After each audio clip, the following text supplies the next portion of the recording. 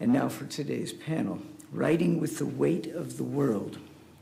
These essays will examine difficult challenges writers face in times of stress and chaos.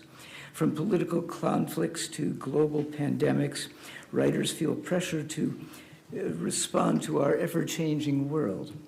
How do these events shape literature, and how does a writer's environment affect the level of responsibility they may feel? Our format for every panel is the same. I'll introduce the writers going down the list.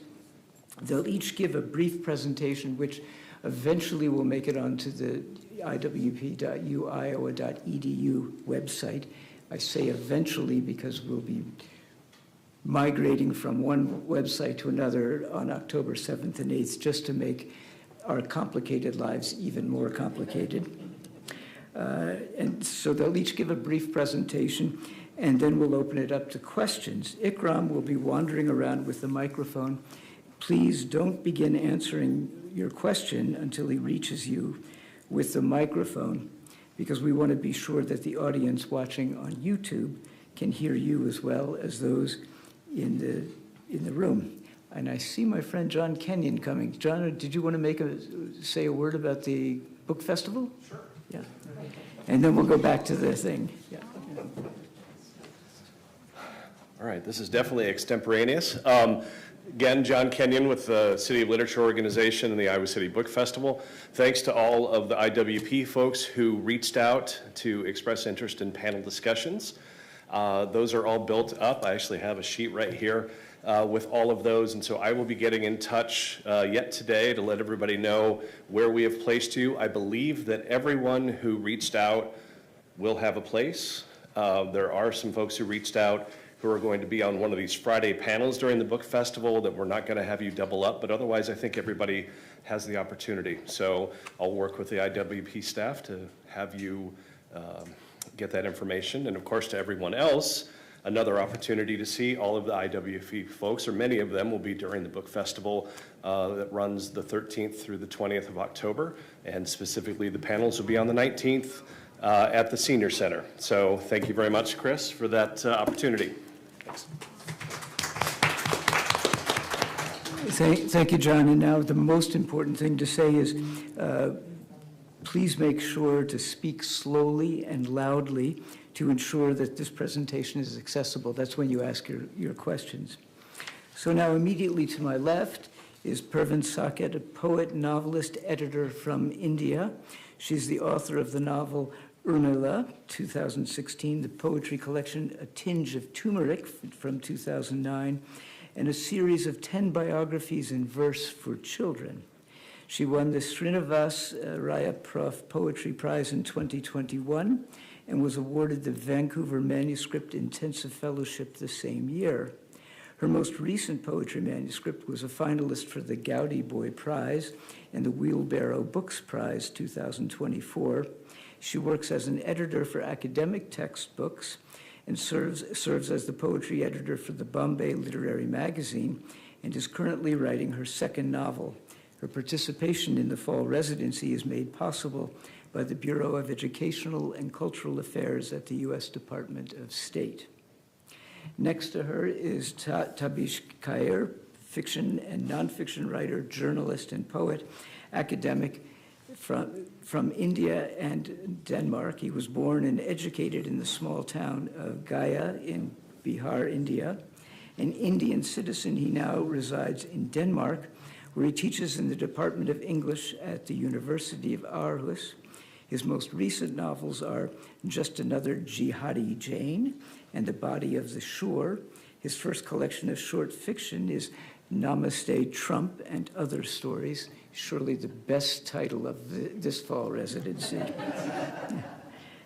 And Oxford University Press has just published his new nonfiction book, Literature Against Fundamentalism.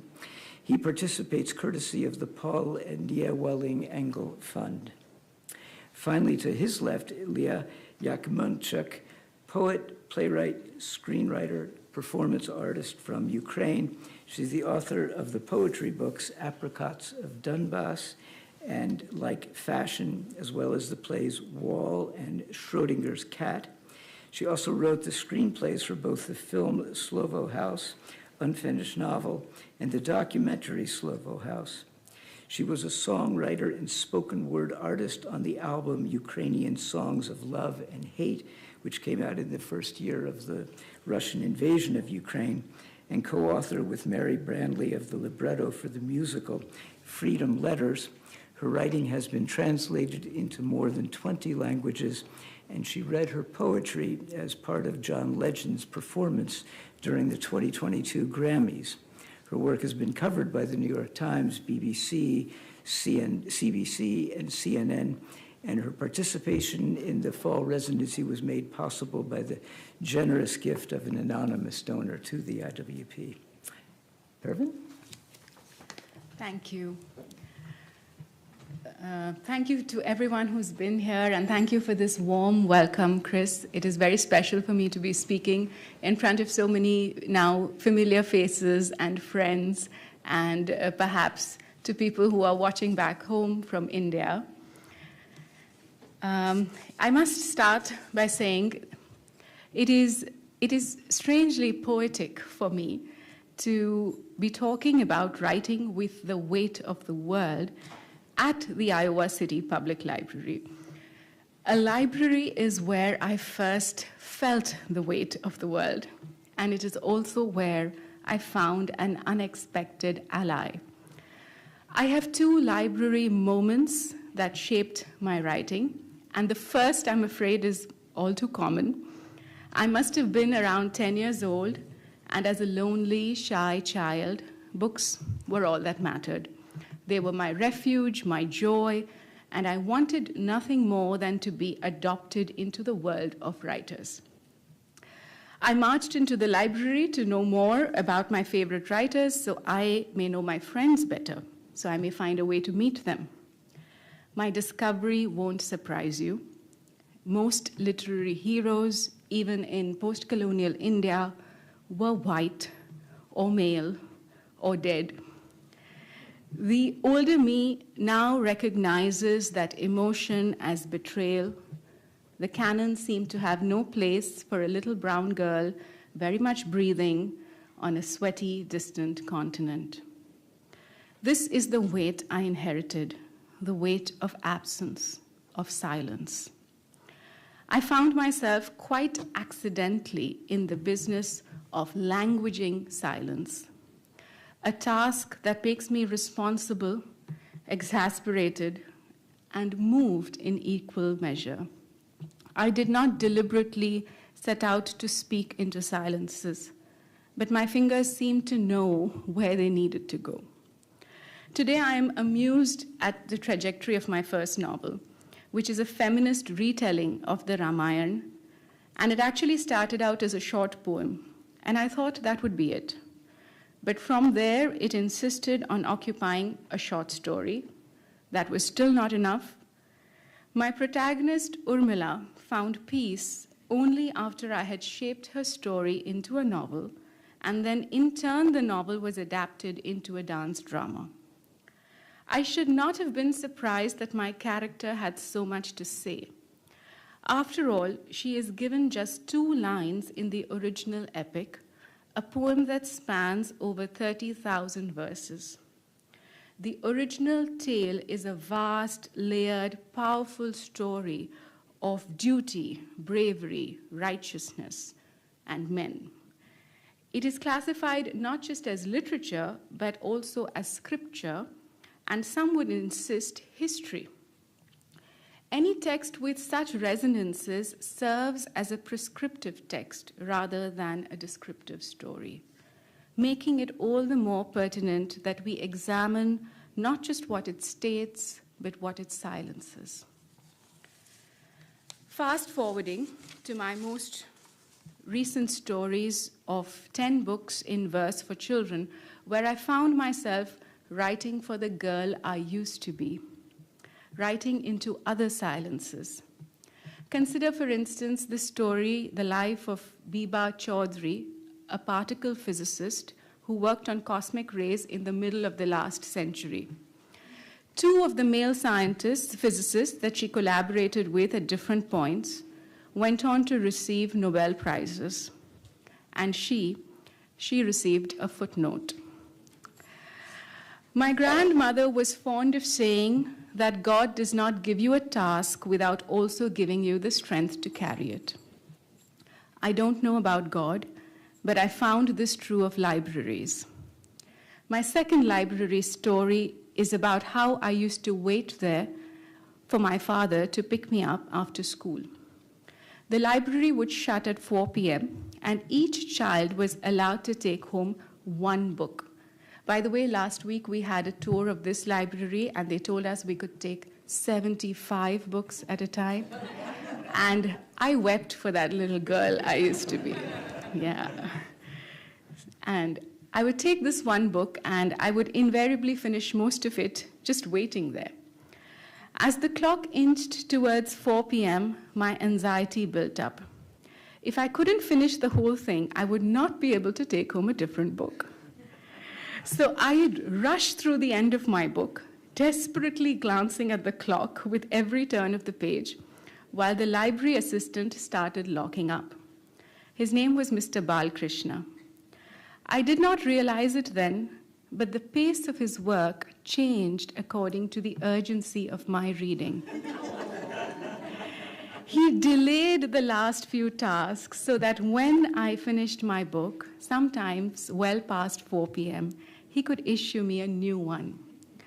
Amidst his stacking and sorting, he quietly made time for kindness. He did not even know my name. He does not know now that I'm a writer and my books are on those shelves. It did not matter to him. He did this not because of who I was, but because of who he was.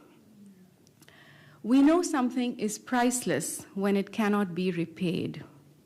As I reflect on the weight of social injustice, he taught me, without knowing it, that change can be fueled by kindness. While some silences impose a weight on us, other silences shoulder that weight with us. And my responsibility is not just to pass on language and story, but to pass on kindness, sometimes silently. Thank you.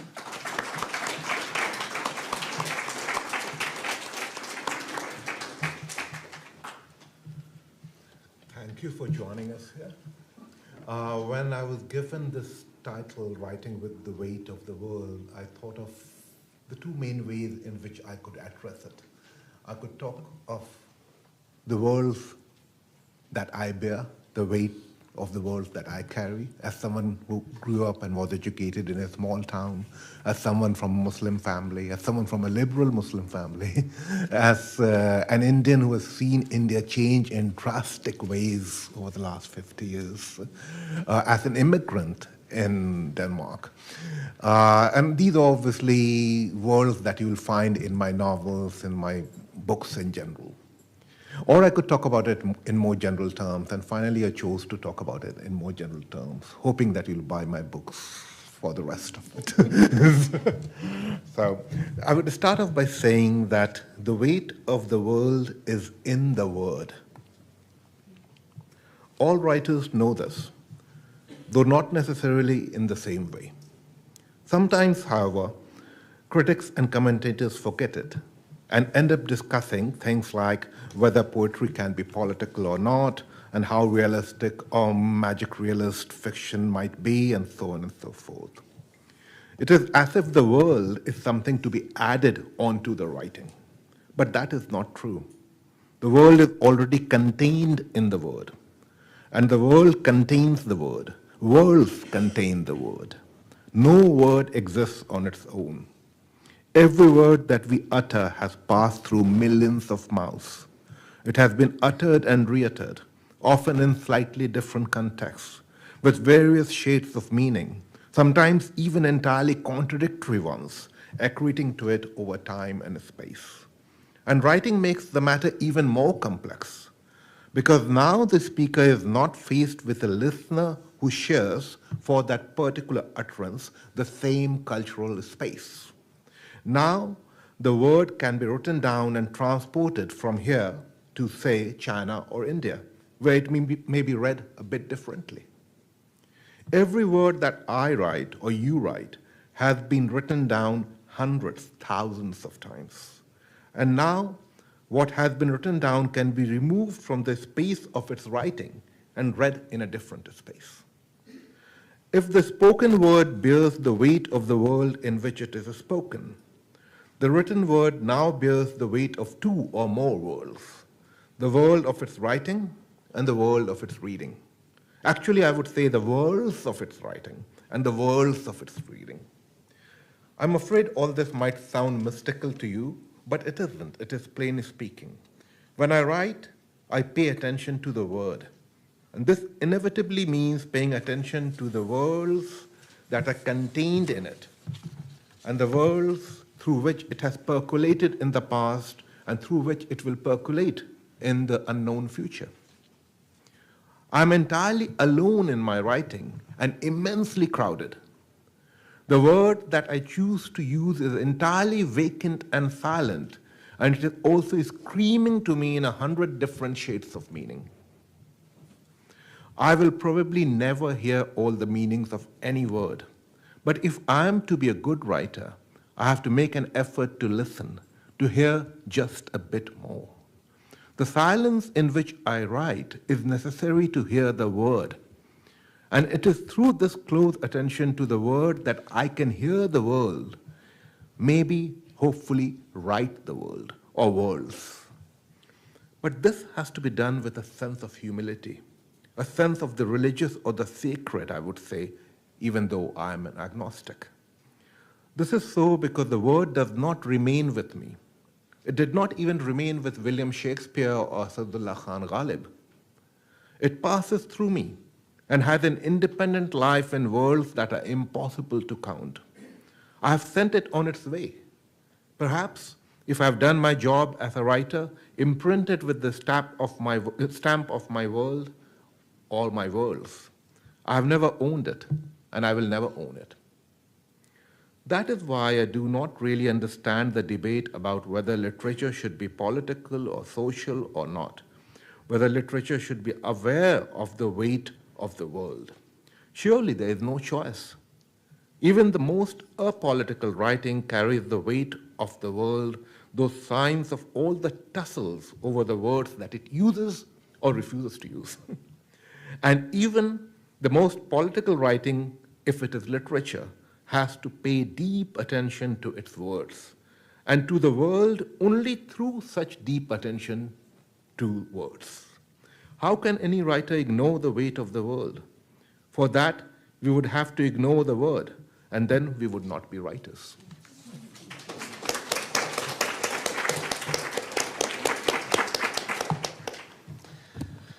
Hello, everyone. I'm happy to be here, and I'm so glad there are so many of you. Surely, I'm going to talk about Ukrainian perspective of this issue. And I should start with this sentence. There is ongoing competition between war, literature, and fiction stories in Ukraine. War stories are so vivid and intense that they compete with literature. Many people have reported that during the first months of active combat, they couldn't bring themselves to read books or watch films. In the past, art gave us a manageable dose of adrenaline and cortisol. Now in Ukraine, we receive a far longer dose because of Russian missile attacks, or the necessity to flee from occupied territories or even escape Russia itself, as last year several Ukrainian teenagers forcibly deported without their parents have done. However, over time, as war became a new reality we adapt to, we start reading again. Before the full-scale war, only 1 in 5 books sold in Ukraine was written by Ukrainian author. But by 2023, 1 of 3 books sold was penned by Ukrainian writers, 1 of 3. Despite the destruction of the war, 270 new publishers were registered in Ukraine in 2023. And book production increased by 73%, with print runs surging by 203%. We read more and often different kinds of books than we did before. In Ukraine, literature has become a crucial tool for both reflection and resistance. Amid the ongoing war with Russia, literature has served as a means to preserve cultural identity, navigate trauma, and challenge historical narratives. The role of the writer has transformed, bringing with the responsibility of documenting the stories of our country, stories only we can tell. Thus, Ukrainian literature today is building its pantheon of heroes, but as Ukrainian philosopher Vahtan Kibuladze suggests, we must also create bestiary for villains. We need to tell not only our own stories, but also the stories of Russians who are waging a genocidal war in Ukraine. If we don't tell our stories ourselves, Russians will tell them for us, and they already did, as they already did before. And those stories were and will be very different. Every story inherently ideological in the sense that Roland Barthes described in his essay, Writing Degree Zero, regardless of whether the author strives for objectivity or detachment, writing itself is a product of ideological preferences. This is Roland Barthes' point of view. And I illustrate the trends in both Ukrainian and Russian narratives using the four-story cycle identified by Jorge Luis Borges, which divide all the stories, all narratives in the world into four categories: war, return, search, and sacrifice. The first is the story cycle of a fortified city under siege, or Borges refers to a Trojan War, defended by heroes and attacked by enemies. This is Ukraine under siege. This is Ukrainian story cycle, which Russians force, Ukraine forces trying to conquer. When Biden offered to evacuate Zelensky, I'm talking about 2022, Zelensky replied, "I need ammunition, not a right." This is a story of Troy, a dominant theme in Ukrainian literature, politics, and media today. We are defending what is ours. The second cycle of stories by Borges is Odyssey or Ulyss or so on, hero which return home and to make reunification with his family. This is return cycle. Initially, in 2014, when war was started in Ukraine and after Crimea's annexation, Putin said that Crimea had returned to its home port. Крым вернулся в родную гавань in Russian language. And when he claimed there was no difference between Ukrainians and Russians, claims that we are one nation and sent the Russian army to Kiev. I'm talking already about 2022. Russians say they love us, that we are their relatives, they call us younger brothers, младшие братья, small Russians, малоросы, or describe us as a kind of spoiled Russians, virus, who have strayed from the righteous path and need to be forced back. To return of Ukrainian land, this return of Ukrainian land to the Russian home is the central topic, central theme of Russian narratives, which is colonial. Both right-wing extremists like writer Zakhar Prilepin, who fought in the Russian army in Ukraine and in my city Luhansk, and killed Ukrainians and wrote two books about Luhansk. And also liberal authors like Maria Stepanova or Lyudmila Ulitskaya fit into this cycle. They may argue about method, but both sides share the imperialistic desire for Ukraine. The liberals, for example, are against the current genocidal war and preferred the bloodless annexation and occupation as it was with the Crimea case. Russian colonialism may seem invisible, but it becomes clearer through post-colonial criticism lens. I'll highlight three key points. First of them is cultural superiority. Colonial powers often promote the idea that their culture is superior. Russians frequently refer to their language and literature as great.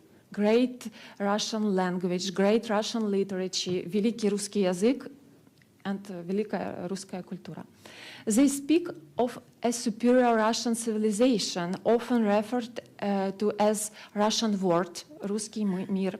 For instance, in their news, they portrayed Europe and the USA as uncivilized, immoral, and in decline. The second point is dehumanization. Colonized people are often portrayed as faceless or reduced to stereotypes.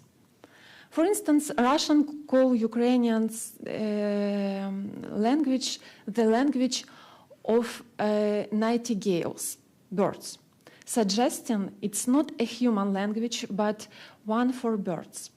Also, but they mostly do this like this is something good, but it isn't.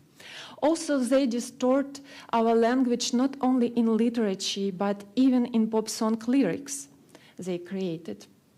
They create fake Ukrainian words. Similarly, children parody a language they do not know, and Russian creators doesn't even use Google Translate, which translates into Ukrainian really very well. They use the Ukrainian language on Russian military chevrons, whereas they write, the armed forces of Ukraine will be punished, but they use swearing words. But with spelling mistakes. They do this with spelling mistakes. The third point is imposing foreign values. Colonizers try to erase the cultures they dominate, replacing them with their language and order of life. Russia includes 21 national republics and more than 100 indigenous nations whose language are disappearing. Russian is the only mandatory language in schools, according to the law, and language of native nations are optional. These languages have been forced into the Cyrillic alphabet, including Buryat, a Mongolic language group that is slowly disappearing due to Russification. Along with the languages, literature disappears and national writers begin to write in Russian. Dostoevsky wrote that Serbs, Ukrainians, and others who support their native languages and literature a harmful member of society, obstructing the civilization created by the great Russian people. Now the Russians have implemented it with the colonized nations. Eva Thompson studies imperial knowledge, Russian literature, and colonialism, provides insight into how these themes are reflected in classical Russian literature, and I highly recommend it for reading. In other words, literature can indeed be a form of soft power, but that doesn't mean soft power is always good. Russian literature continues the work that Russian army started before. It colonized through narrative. Ukrainian writers have many responsibilities for today, but one of the most important is not just what we write, but how we do it. We must write in a way that doesn't re-traumatize our audience, for instance. We must write in a way that respects the shifting ethical boundaries that come with war. For example, it is now considered unethical to write poetry in the first person about near-death experience that isn't your own. Such stories should be told from a third-person perspective to avoid misunderstanding and condolences of audience. Writers have to cope with the challenges of language, as word and expression often take a new meaning during wartime, and we have this shift in our language. On the balance, in return for this responsibility, Ukrainian writers have gained much love and privilege. Print runs sell out quickly, and tickets for performances need to be bought 2 or sometimes 3 months in advance. Movie, theater, and concert are packed. Ukrainian writers are becoming something of celebrities with their work, and featured is trendy magazine like Vogue and Elle. Thank you for attention.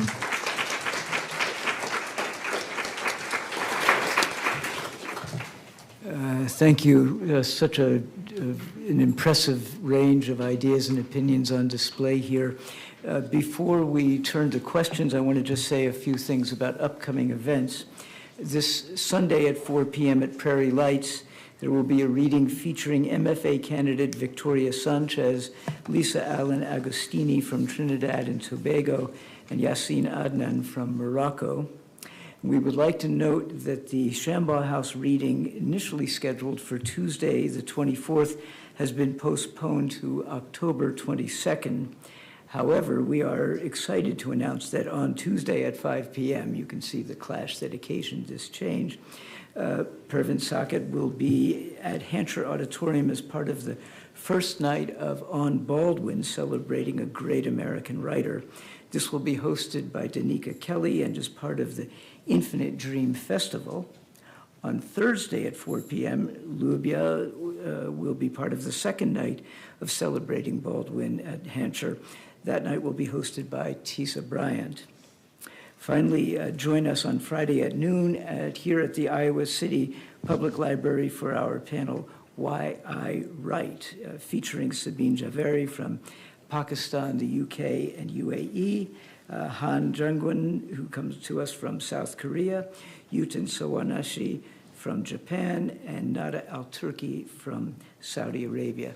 Reminder that before you start asking your question, make sure Ikram arrives too, so that we can hear it on TV. And I see a couple of people back there.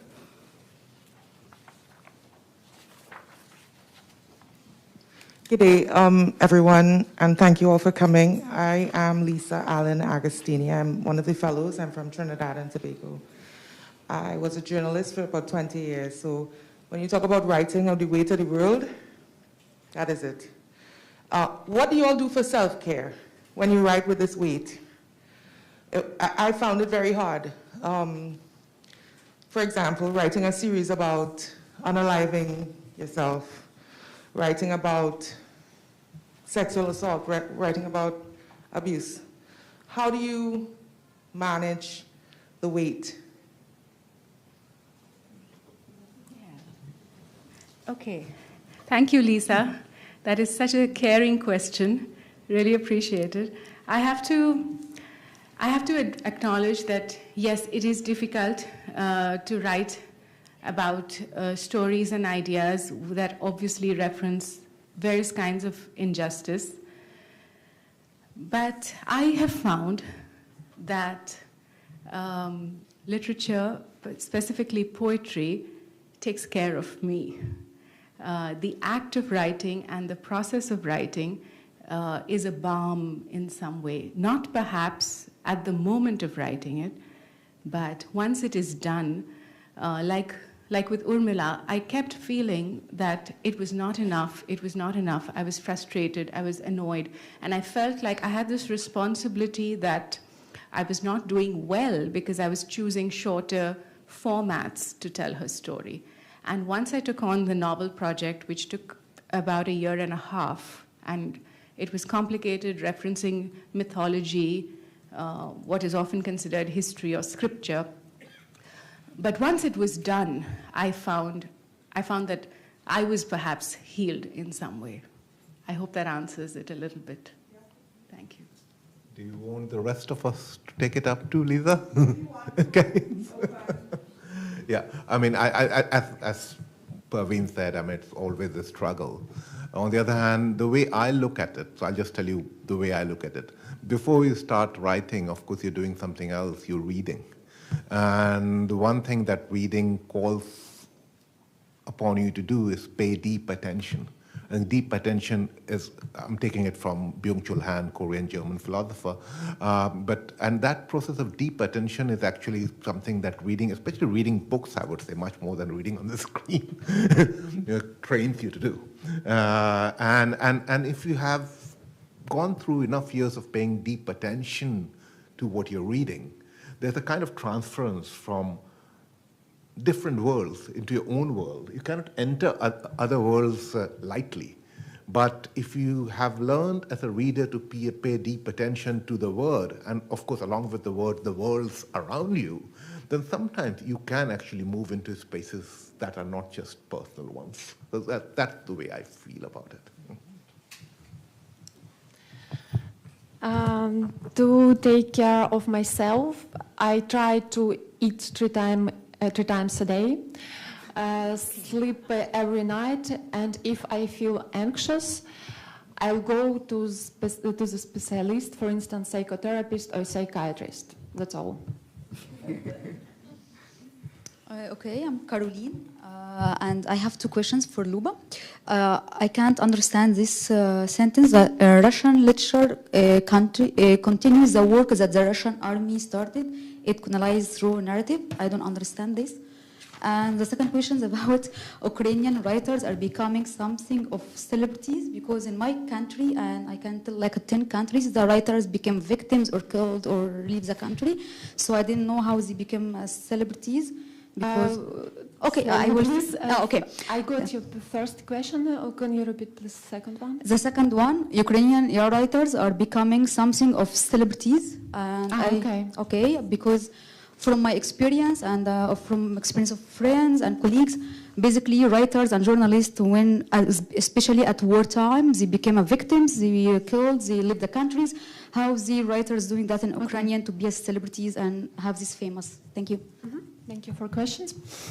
Talking about Russian army and Russian culture, I gave you lots of examples on this topic, and I will be back, to clarify it. When our Russia occupied territories, for instance, occupied territory of Ukraine or in other countries, for instance, part of Georgia is under occupation right now, and part of Moldova is under occupation right now since 1992, and so on. Russia, this is like a common act of Russia to occupy territory. After this action, after Russian tanks, work of Russian work continue Russian culture.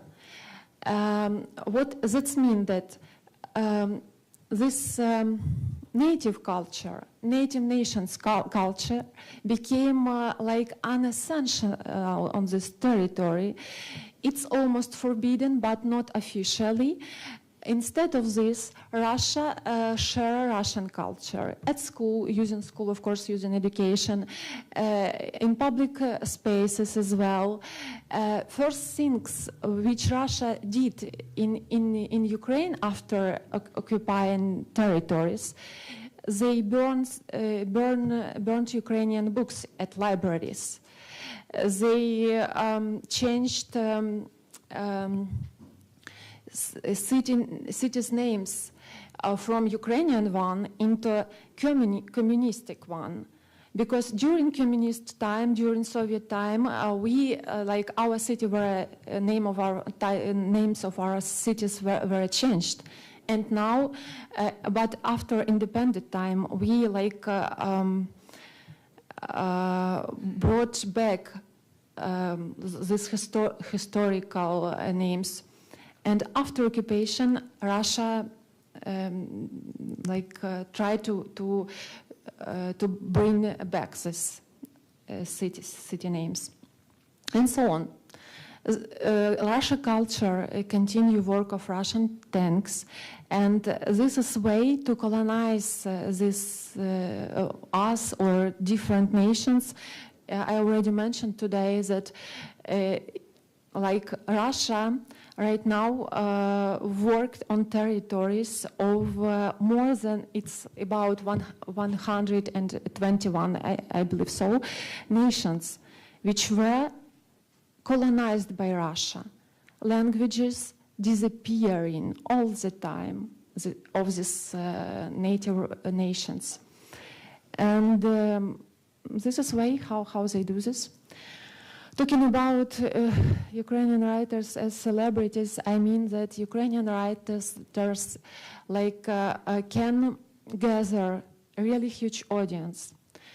The hugest audience probably it's Sergei Zhadan, who gathered recently 4,000 of people to read poetry. For poetry reading. But it's also okay, I read, for instance, after 2014, when part of Ukraine were occupied, and when my town was under occupation already, I read for audience in Slovyansk city, it's near front line, city is near front line, where we gather 1% of citizens of the city. You can just count and translate it into your cities. It's a lot of, actually. And also Ukrainian prose can get this audience, huge audience. Also talking about celebrities, we are introduced to write or for the photo session for fashion magazines in Ukraine. This is like normal situation for writers. Like some singers, writers became the same for Ukrainians as well. I mean this. Of course, it's dangerous to live in Ukraine and so on, but we do not consider yourself as victims, because we still resist and we are alive, still alive, and we aren't victims. And we believe we will prevail. Probably it isn't like it was in short time, but in a long time we will prevail. I believe in it. Thank you for your questions. Hi, my name is Azailu Numai. I'm a professor of sociology from University of Hyderabad. Really good to know, Parveen, that you have got my colleague, Professor Aparna Raipur's Father's Prize. I have a question for three of you. In continuation with the last question about Ukraine, I'm just curious to know as to why the theater, the music concerts are packed. I just planned to visit my home state, Manipur, from South India last week before coming here to US last night. And I couldn't go because there was a bomb. Rockets were used in Manipur, you know. And I was just thinking that how in a country where there is war, Russians bombing, how can the concerts be packed? How can the movies halls be packed? That is something really unique as to how people in Ukraine enjoy the music and the movie when others are crying and their houses are being bombed and burned or, you know, reduced to ashes. That's one.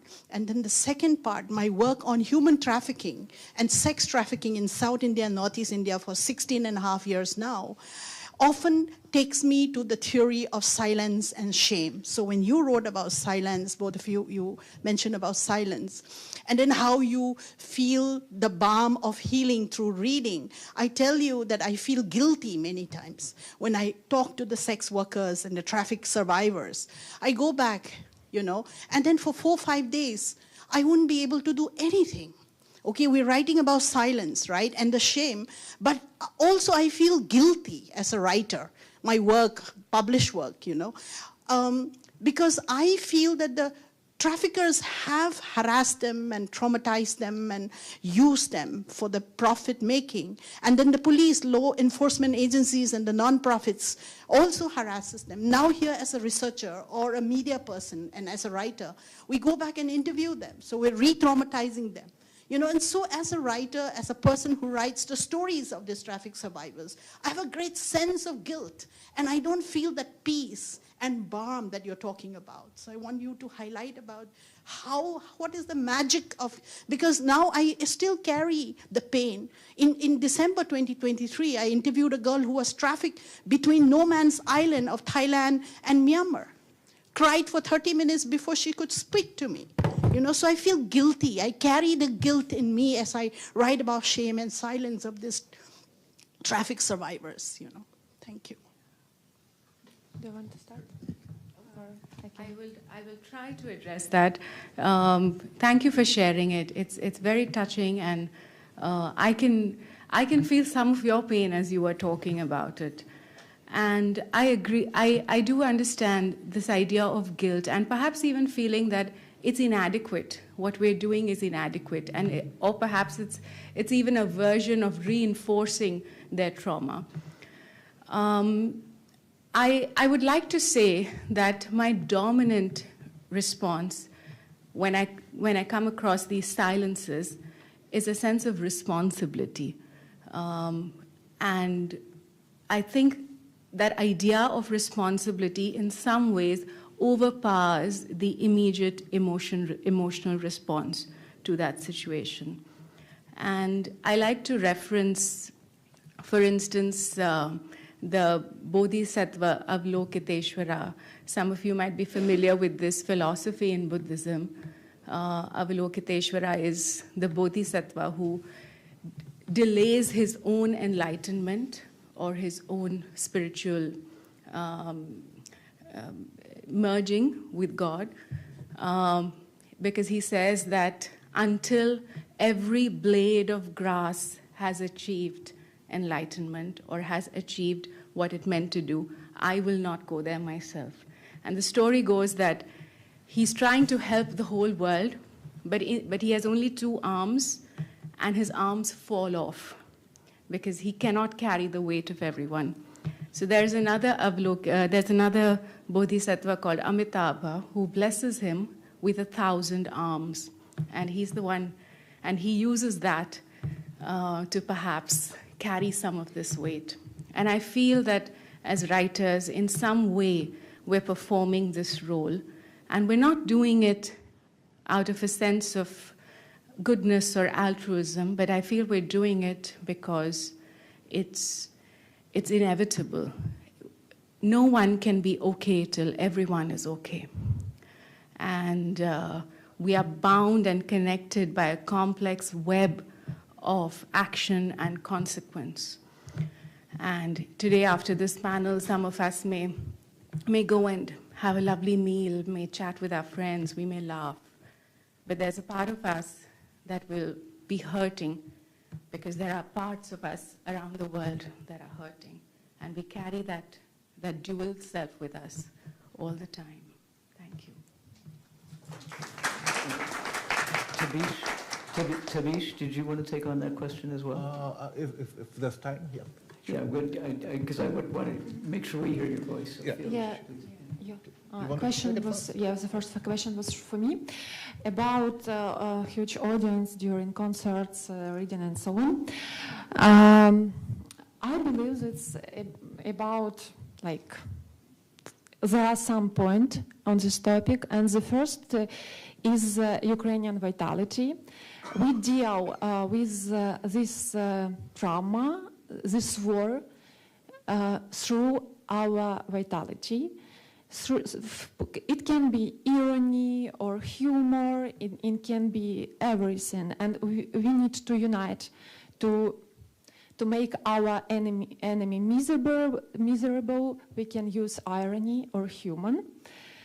And talking about this audience also, I need, probably, I think, the reason is that Ukrainians are trying to understand yourself. We try to rethink yourself and to find kind of new identity of us, to shape our identity and to understand who we are. To do this, we need culture. We need these books. We need these plays and films. On this May, I've been to Kharkiv. It's near the front line. And I had my film premiere there, and there were plenty of people. And you probably can imagine that Kharkiv is bombed every day, and Red Air siren, Red Air alarm can continue about 10 or 14 hours per day, but people still go to the cultural events.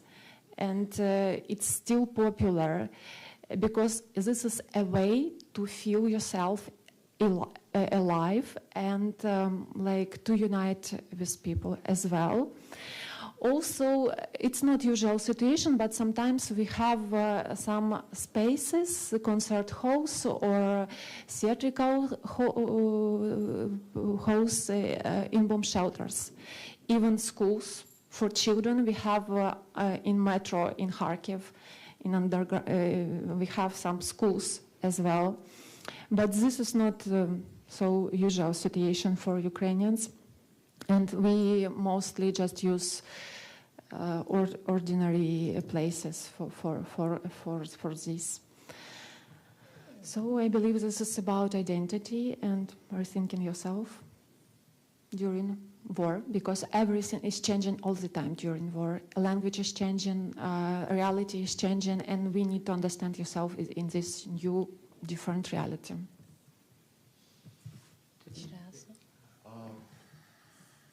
I think I started off partly as a journalist, and I think there's a difference between the journalistic work I did or the scholarly work that I do and my creative writing. As a journalist, as a scholar, obviously you have the duty to report, to observe, to bring words that go beyond the silence that authorities very often impose, and that is a completely legitimate thing. But as a writer, I don't feel that you can claim to enter other spaces in the same way, because one of the things that I feel as a writer you have to be aware of is your own space, and the fact that the other space is always a space of otherness, that you can never claim to enter completely. The claim to enter completely, to make it transparent, is actually a kind of colonial claim. so you have to negotiate with it, but you've negotiated with it in its relationship to you, which is why I find very essential descriptions difficult to accept, in the sense that I wouldn't hesitate to say Indians, or the English were bad to the Indians. Because I've known many different kinds of English people, and I've known many different kinds of Indians. And even in a situation like what Putin is doing to Ukraine, for instance, the first pro-Ukraine protest I went to, I suddenly found my 3 Russian friends there. Okay, so for me, even a statement like Russians are being bad to Ukrainians would be difficult to accept. Okay, even though I would totally accept the fact that the Russian regime has been bad to Ukrainians, or the Russians are colonial, have a colonial mindset. Those things are different. Okay? That is my position, that as a writer, you can only occupy your own space and then engage with the space of otherness without claiming to transcend it. I think we have time for one very brief question and brief answers from the panel. Hi, should I ask? Hi, I'm Sabine. Some of you might know me. So as a fellow... Speak a little louder. Yeah. Okay, as a fellow writer, I'm interested in hearing your thoughts about censorship and self-censorship, and how do you deal with the weight of expectations of your readers, your audience, people, places, affiliations. Yeah, if you could talk a little bit about that. Thank you. And I hasten to add a very little bit. You have about 1 minute apiece. Okay. Sabine, I'll answer very quickly. I handle it with great difficulty. So yeah, it is always a struggle, and I think at some point we have internalized ideas from outside of what is good writing, bad writing, important writing, not important, and it's always a negotiation, and it continues today. Yeah. It's always a negotiation. I must say one part of me is quite happy that I live in Denmark and mostly write about places outside Denmark. And the other thing is I do feel that as a writer, at least when you get to be kind of like older and have worked on the craft for a long time, one of the things you learn to do is to say what you want to say without getting your head chopped off. In Ukraine, we have a censorship only under occupation, and it can cost your life, and you can be imprisoned if you will if you will like just song Ukrainian songs, and so on. About self-censorship, of course, we try to manage our writing. Just in case to avoid re-traumatize people. And also ethical norms, ethics is changing during catastrophe. And but when you are inside country, like us with Olena, we feel it. But we can understand, and we can it's already visible that people who moved from Ukraine abroad, writers who moved from Ukraine abroad, they do not understand these ethical borders right now. And they do this mistake, which can be really painful for our audience. So it's interesting. Yeah, thanks. Okay, what an amazing panel. I thank our writers, I thank all of you, and I also want to thank International Programs because you've been very patient, and the pizza has been sitting back there for the most of the event. Have at it. See you next week.